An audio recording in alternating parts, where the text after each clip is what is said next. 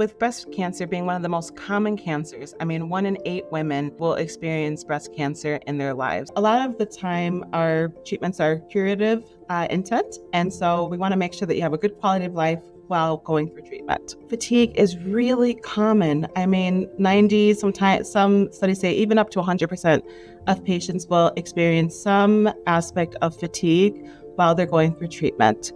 The fatigue can really be due to a number of different causes, anything from just recovering from surgery to radiation to the chemotherapies to mood changes, due to your changing body, allowing yourself to have some grace and, take a little extra time if it takes more time to do things can be really helpful. When you're going through cancer treatment, walking can really be beneficial to your energy. And so I really encourage my patients as we're moving into treatment and during treatment to try to move their bodies in gentle ways.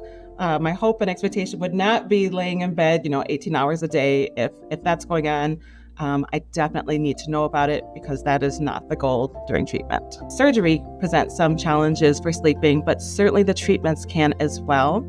A lot of our treatments, especially the chemotherapy treatments, you'll get dexamethasone, which is a steroid, which can really impact your sleep. The third part I want to mention is the mental health aspect, anxiety. Anxiety is really common during cancer treatment when you're going through something that's so stressful and plagued with a lot of uncertainty, such as going through cancer. There can be a lot of anxiety, and that can keep you up at night. Chemo brain, it is common, but there are things that we can do to mitigate it. It's typically defined as kind of a mental fogginess or trouble with concentration or memory during and even after treatment. And unfortunately, this isn't one of those side effects that ends right at the end of treatment. It can persist for months and sometimes even years, although it does tend to get significantly better over time. One of the things that is very important during chemo brain is patience with yourself.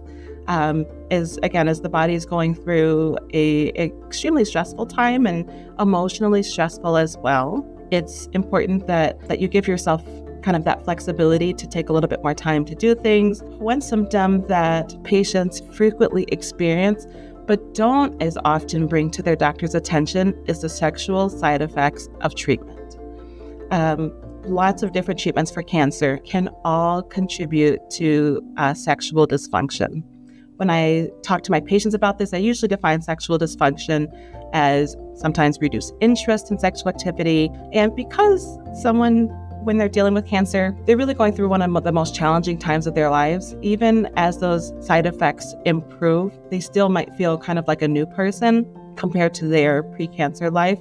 But that's part of change, it's part of continuing to live. And so sometimes those side effects can persist longer than hoped. But the vast majority of times they do get better with time. I really encourage folks to talk with their family and their close friends about what they're going through, to allow them to support them through their cancer journey.